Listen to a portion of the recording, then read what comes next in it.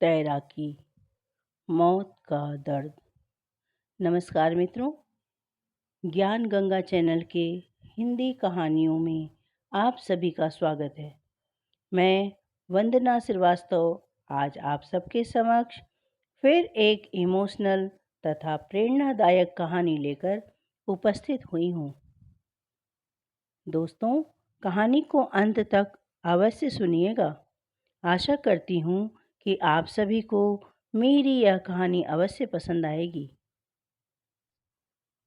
दोस्तों, आपने मेरे चैनल को यदि अब तक सब्सक्राइब नहीं किया है तो देर किस बात की? क्या सोच रहे हैं आप?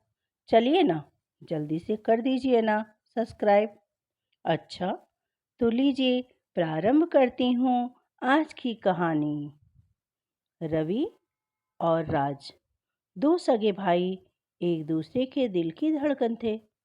वे दोनों बहुत छोटे थे तभी उनके माता और पिता दोनों का निधन एक दुर्घटना के कारण हो गया था।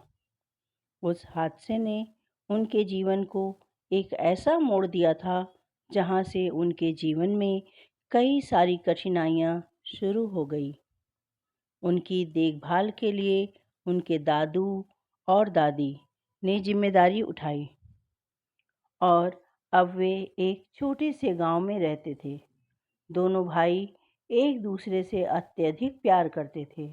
उनके बीच एक अद्वितीय रिश्ता था जिसमें कोई भी बात छुपी नहीं रहती थी। रवि बड़ा था लेकिन राज ज़्यादा समझदार था। जहाँ रवि के अंदर साहस था तो वहीं राज के पास समझदारी और धैर्य था। दोनों एक दूसरे की खूबियों का पूरक थे। राज रवि को हमेशा सही सलाह देता था और रवि उसे बिना सवाल किए मान लेता था। उनके बीच प्यार और समझ की यह गहराई उनके जीवन की हर मुश्किल को हल्का बना देती थी। गांव में उनका जीवन बहुत सरल, शांति और संतोष से भरपूर था। दोनों भाई दिन भर खेतों में खेलते, नदियों के किनारे घूमते और गांव के अन्य बच्चों के साथ मिलकर मस्ती करते।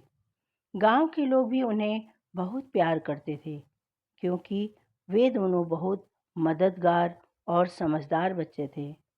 उनके दादू और दादी उन पर गर्व महसूस करते थे। इन दोनों भाइयों ने कभी भी अपने माता पिता की कमी को जीवन में रोड़ा नहीं बनने दिया। गांव के पास एक गहरी और चौड़ी नदी बहती थी जहां अक्सर गांव के बच्चे गर्मियों में तैरने जाते थे। रवि और राज को तैरने में महारत हासिल थी।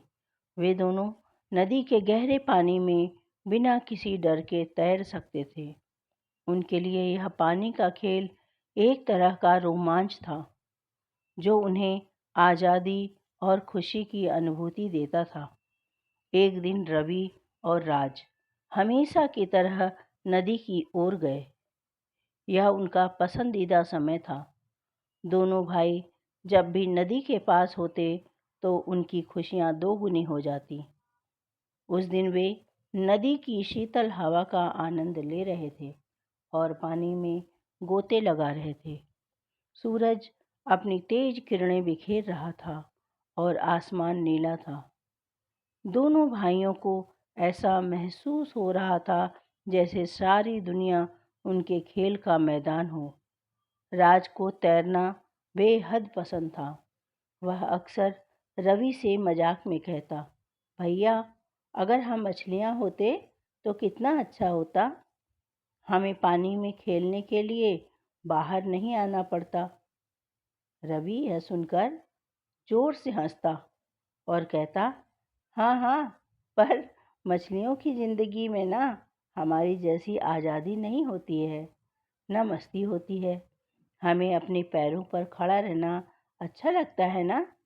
तभी खेल के बीच में राज ने नदी के दूसरे छोर पर कुछ हलचल देखी। पहले उसे यह समझ नहीं आया कि यह क्या है, लेकिन जब उसने ध्यान से देखा तो पाया कि यह एक बंदर था जो पानी में डूब रहा था। राज को यह देखकर बहुत दुख हुआ। बंदर तैरने की कोशिश कर रहा था, लेकिन नदी का बहाव इतना तेज था कि वह खुद को भी संभाल नहीं पा रहा था। राज को लगा कि उसे इस बंदर की मदद करनी चाहिए। वह तुरंत नदी के गहरे हिस्से की ओर बढ़ने लगा। रवि ने उसे रोकने की कोशिश की। रवि, रवि रुको, रुको रवि, पानी का बहाव तेज है, तुम डूब सकते हो। लेकिन राज की नजरें बंदर पर थी और उसने रवि की बात को नजरअंदाज कर दिया। वह बिना सोचे समझे उस बंदर की मदद के लिए आगे बढ़ गया।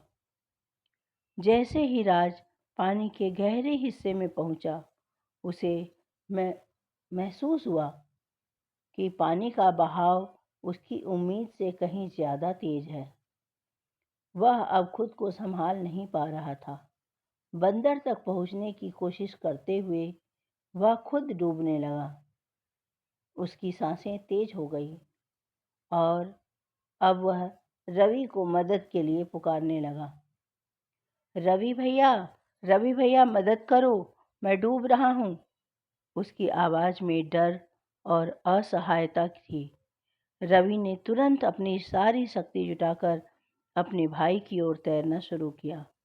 उसके दिल में सिर्फ एक ही ख्याल था, मुझे अपने भाई को बचाना है। वह तेजी से राज की ओर बढ़ा, लेकिन जब वह उसके पास पहुंचा, तब तक बहुत देर हो चुकी थी।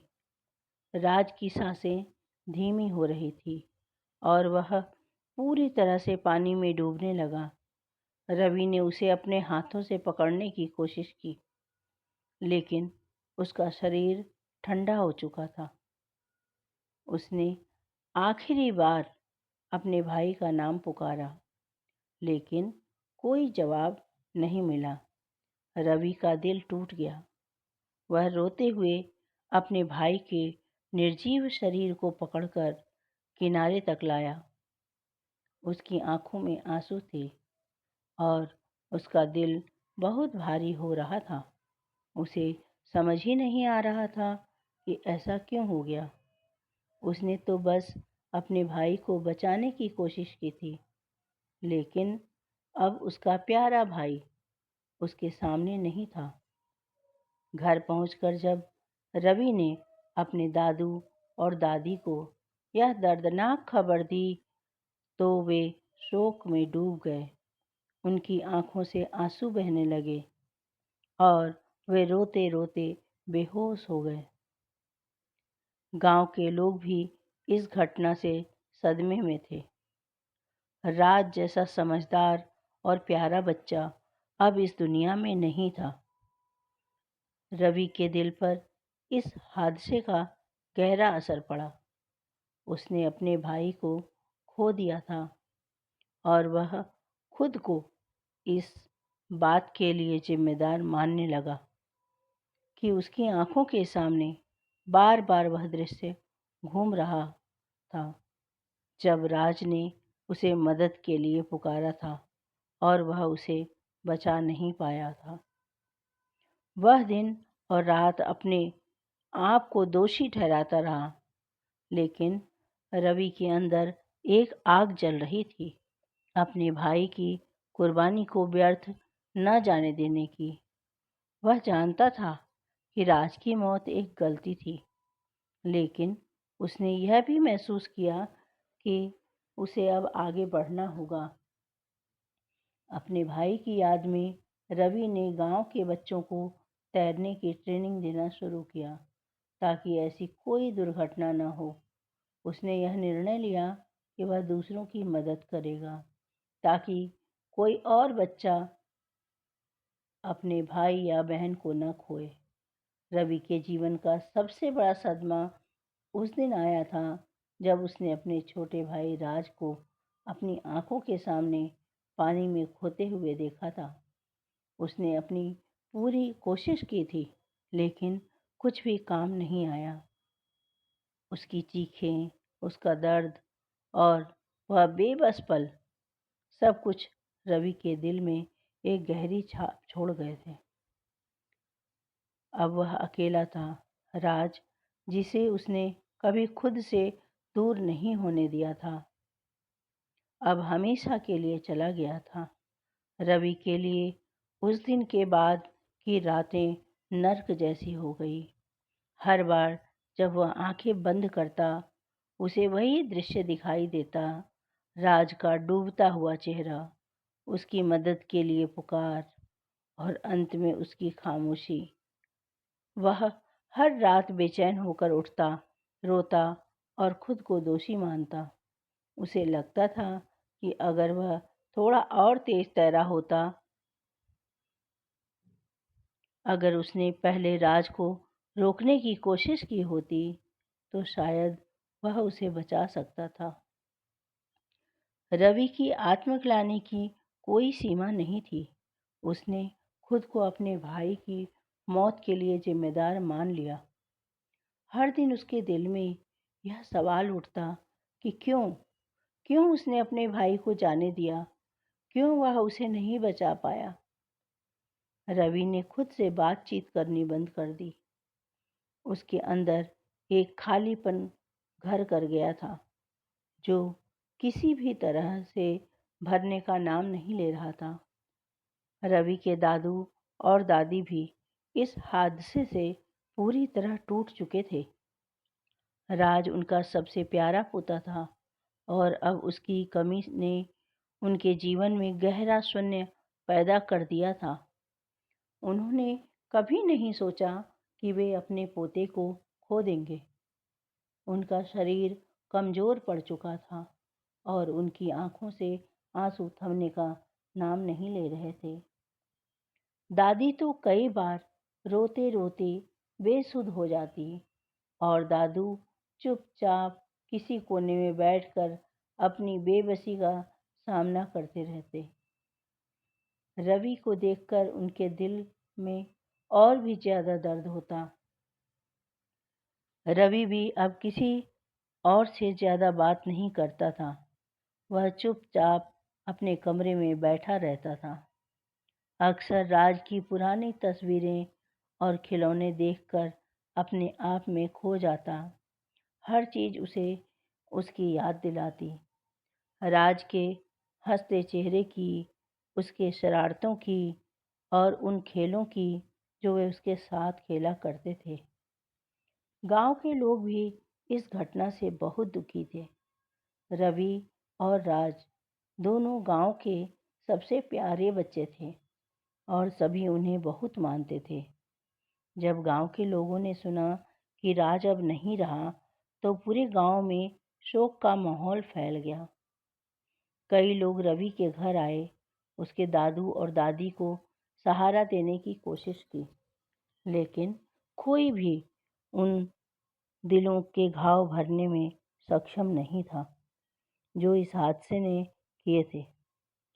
कई दिनों तक गांव के लोगों ने रवि को समझाने की कोशिश की कि यह एक हादसा था और इसमें उसकी कोई गलती नहीं थी, लेकिन रवि के दिल में यह बात घर कर गई थी।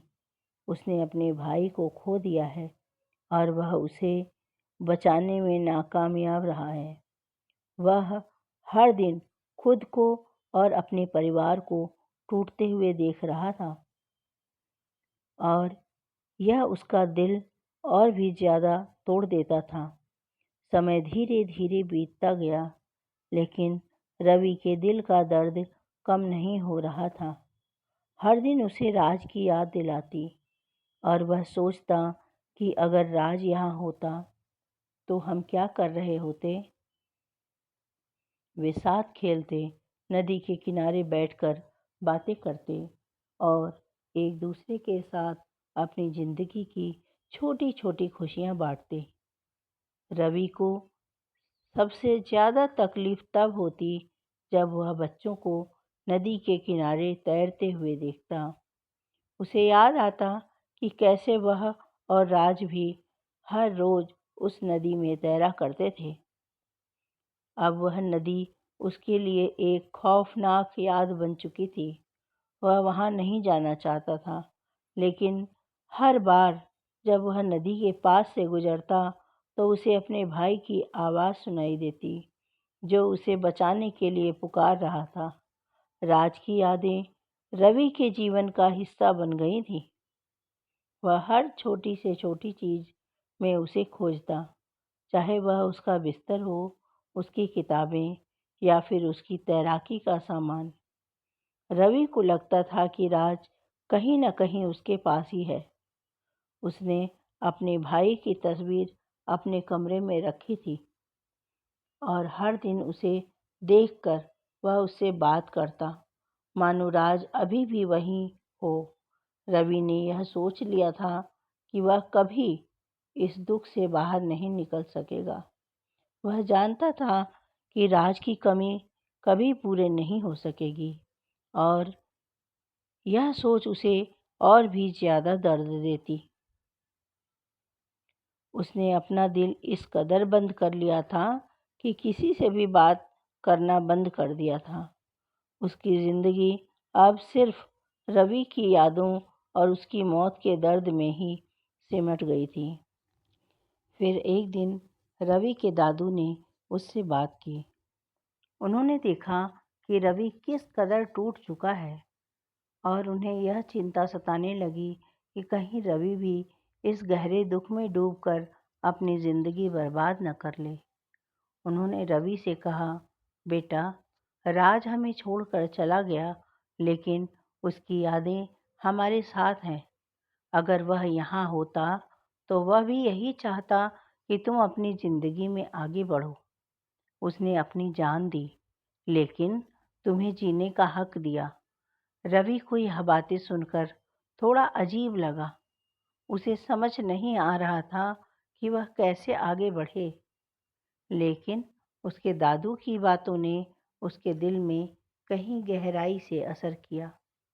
उसने सोचा कि शायद उसे अब भी अपने जीवन के साथ कुछ करना चाहिए, ताकि वह राज की याद को सजीव रख सके। एक दिन रवि ने फैसला किया कि वह राज की याद में कुछ ऐसा करेगा जिससे उसकी याद हमेशा जीवित रहे।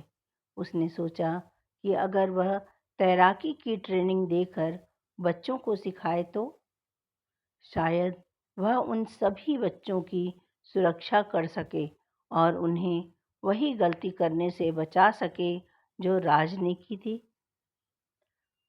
उसने अपने गांव के बच्चों को तैराकी सिखाने का निर्णय लिया।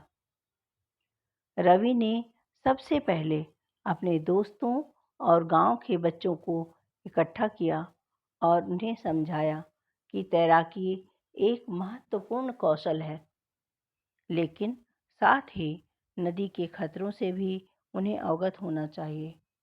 उसने बच्चों को न सिर्फ तैराकी की तकनीक सिखाई, बल्कि उन्हें यह भी बताया कि कैसे सुरक्षित रहना चाहिए और नदी के बहाव के प्रति सतर्क रहना चाहिए। जब भी रवि बच्चों को तैराकी सिखाता, उसे ऐसा लगता जैसे वह राज के लिए कुछ कर रहा हो। उसे यह एहसास होता कि उसकी मेहनत से शायद किसी और बच्चे की जान बच सके और कोई और भाई अपने भाई को न खोए। यह उसके दिल के घावों को थोड़ा भरने में मदद करता था। रवि ने अब अपनी पूरी जिंदगी का उद्देश्य तैराकी की ट्रेनिंग देना और दूसरों की मदद करना बना लिया था। उसने अपने भाई की याद में एक छोटा तैराकी स्कूल खोला, जहां गांव के सभी बच्चे आकर तैराकी सीखते। उसके दिल में अब भी राज की कमी थी, लेकिन उसने उसे अपनी ताकत बना लिया। रवि जानता था कि राज की मौत एक हादसा था, लेकिन उसने यह भी समझा कि उसे अब अपने जीवन में आगे बढ़ना होगा। उसने खुद को अपने भाई की यादों में खोने के बजाय उसे अपनी प्रेरणा बना लिया। रवि का जीवन अब राज की कुर्बानी को जीवित रखने का एक माध्यम बन चुका था और वह हर दिन इस उम्मीद के साथ उठता कि वह किसी और की जिंदगी में फर्क ला सके। इस तरह रवि ने अपने जीवन में एक नया मोड़ लिया और अपने भाई की मौत का दर्द कभी भी पूरी तरह से खत्म नहीं हुआ, लेकिन उसने उस दर्द को अपनी ताकत बना लिया। रवि की यह कहानी हमें यह सिखाती है कि चाहे जिंदगी में कितना भी बड़ा हादसा क्यों न हो जाए, कितना भी बड़ा हादसा क्यों न लगे, हमें हार नहीं माननी चाहिए। रवि ने अपने भाई की यादों को अपनी ताकत बनाकर दूसरों की मदद की और इस तरह उसने अपने जीवन को एक नया उद्देश्य दिया। तो दोस्तों, आप लोगों को मेरी यह कहानी कैसी लगी, कृपया कमेंट करके ज़रूर बताएं। और यदि आप सबको मेरी यह कहानी पसंद आई है तो चैनल को लाइक और शेयर करें। चैनल पर नए हैं तो चैनल को सब्सक्राइब अवश्य कर लें और हाँ, बेल आइकन हिट करना बिल्कुल भी न भूलें। मित्रों, अगर आप सब यह चाहते हैं कि मेरी कहानियाँ आप सदैव ऐसे ही सुनते रहें तो आप सभी को लाइक और कमेंट तो करना ही पड़ेगा ना, जिससे मैं उत्साहित होकर आप सबके लिए कुछ अच्छी कहानियाँ लिख सकूं। आप लोग किस तरह की कहानियाँ सुनना पसंद करते हैं, प्लीज़ कमेंट्स करके ज़रूर बताइएगा। दोस्तों, मेरे चैनल को सब्सक्राइब अवश्य कर लेना, जिससे कि मेरे द्वारा सुनाई गई कहानी आप सबके पास सबसे पहले पहुँचे, जिसे सुनकर आप सबसे पहले आनंद ले सकें। इसी तरह की और अच्छी अच्छी कहानियाँ सुनने के लिए आप मेरे साथ जुड़कर मेरा हौसला बढ़ाते रहिए। मेरे द्वारा यह कहानी सुनने के लिए दोस्तों, आप सबका बहुत बहुत धन्यवाद। मित्रों, यदि आप सब यह चाहते हैं कि मैं अपनी कहानी के अंत में आप सबका नाम पुकारूं, तो कमेंट्स में अपना और अपनी जगह यानी जिस जगह पर आप रहते हैं उस जगह का नाम लिखकर अवश्य भेजें। कमेंट्स, लाइक, सब्सक्राइब करना बिल्कुल भी ना भूलें दोस्तों। मिलती हूँ फिर एक नई कहानी के साथ।